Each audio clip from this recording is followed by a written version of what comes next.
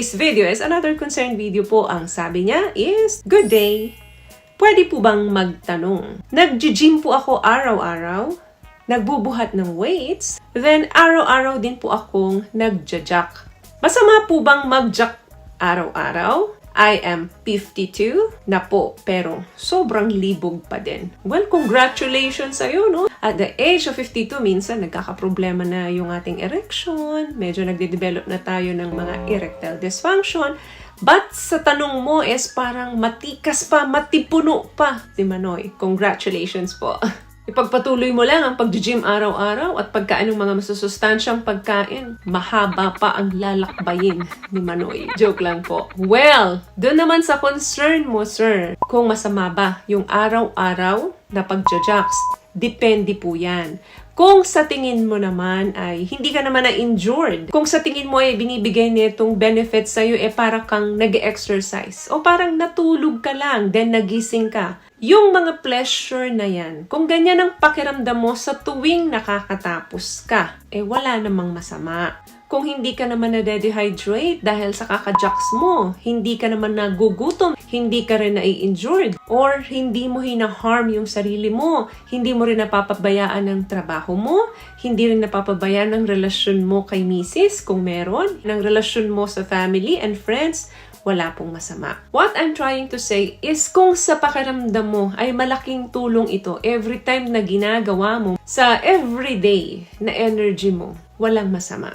Magiging masama lang yan kung meron ng chronic na masturbation na ginagawa ka. For example, halimbawa, nasa trabaho ka, tapos nasa kalagitnaan ka pa lang ng trabaho mo, gusto mo nang matapos. At pag hindi mo natiis, hanap ka ng mga private area para lang mag-jocks doon.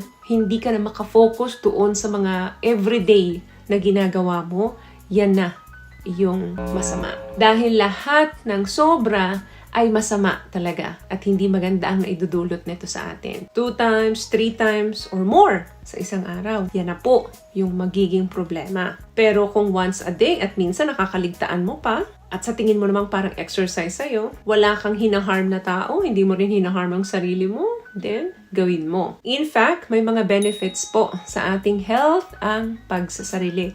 Mapababae man or mapalalaki. Hindi lang physical, but also mental. May mga limited studies na po na benepisyo na nakukuha natin kapag tayo ay nagsasarili. What I love about this product, itong No More Dark Secret ng K-Skin, bukod sa may advanced whitening na siya na kung saan pwede niyang matulungan na pumuti yung mga singit-singit mo, moisturizing, meron siyang anti-irritation, antibacterial, maintain healthy pH level. Hindi lang pambabae, meron din po tayong pang-lalaki. Number 1, pwedeng makatulong yan para ma-relieve ang stress, mabawasan yung pag-iisip natin. Pangalawa, mas gumaganda ang pagtulog pagkatapos niyan. Pangatlo, mas nabubus yung ating mood. Pang-apat, pwede rin po itong maging prevention kung nagde-develop tayo ng anxiety or depression. Pang-lima, nagbibigay din ito ng relaxation sa ating katawan, feel pleasure and enjoyment. Nakaka-relieve din po ito ng cramps, nakakapag-release ng sexual tension,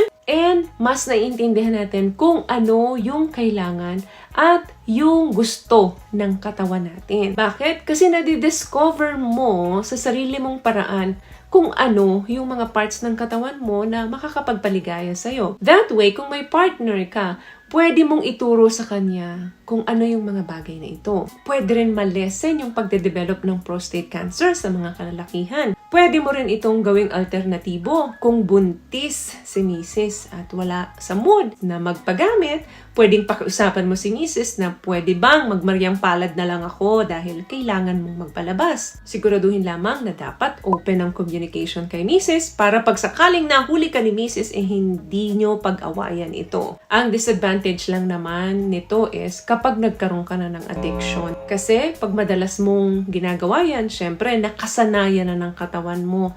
So, baka mag-lead na yan ng addiction. Or sabihin na lang natin, pagkahumaling dito sa isang bagay o isang gawain. Kaya dapat alam natin kung hanggang saan lang ang limit ng ginagawa natin. So, anong takeaway ng video natin? Ang pagsasarili po ay healthy. kung ibabase natin sa scientifically proven. Dahil ito ay natural and safe para i-practice natin ang self-care. Ang pagsasarili din po ay may benepisyo sa ating katawan at sa ating pag-iisip. Wala pong harmful side effects ito sa katawan natin. Basta, huwag mo lang susobrahan. So, feel free to enjoy self-care or self-pleasure without guilt. Kasi minsan kapag ginawa natin yan, guilty tayo, diba? Or minsan naman, hiyang-hiya ka sa sarili mo, pakiramdam mo, krimen yung ginawa mo. So, kapag ganito ang naramdaman mo after mong gawin ito, makipag-usap ka sa mga professional, sa mga therapists, or someone na pinagkakatiwalaan mo. Kung meron kang mga negative feelings and thoughts, every time na gagawin mo yan. Baka kasi kinakailangan na ihinto mo, nasasarapan ka nga, pero nagigilty ka naman. So, better na kumonsulta tayo sa mga therapists para mas maintindihan natin ng lubusan kung ano ba yung nangyayari sa atin. Pero kung ang concern mo lang naman,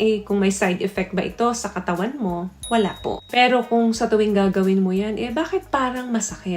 Better na itigil mo muna. Kasi pwedeng maging sign yan na may condition ka na kailangan gamutin. So, very important na magpakonsulta sa mga doktor ninyo. So, may natutunan ka ba sa mga tips na napag-usapan natin dito ngayon? At kung nagustuhan mo ang ating video, please give it a thumbs up, comment down below, and also share this video na rin po sa mga kaibigan na sa tingin yung magtutulungan ng video natin. Once again, palagi po kayong mag-iingat at palagi po kayong manalangin. Thank you guys for watching and see you in our next one. Always love yourself and be a blessing. Bye!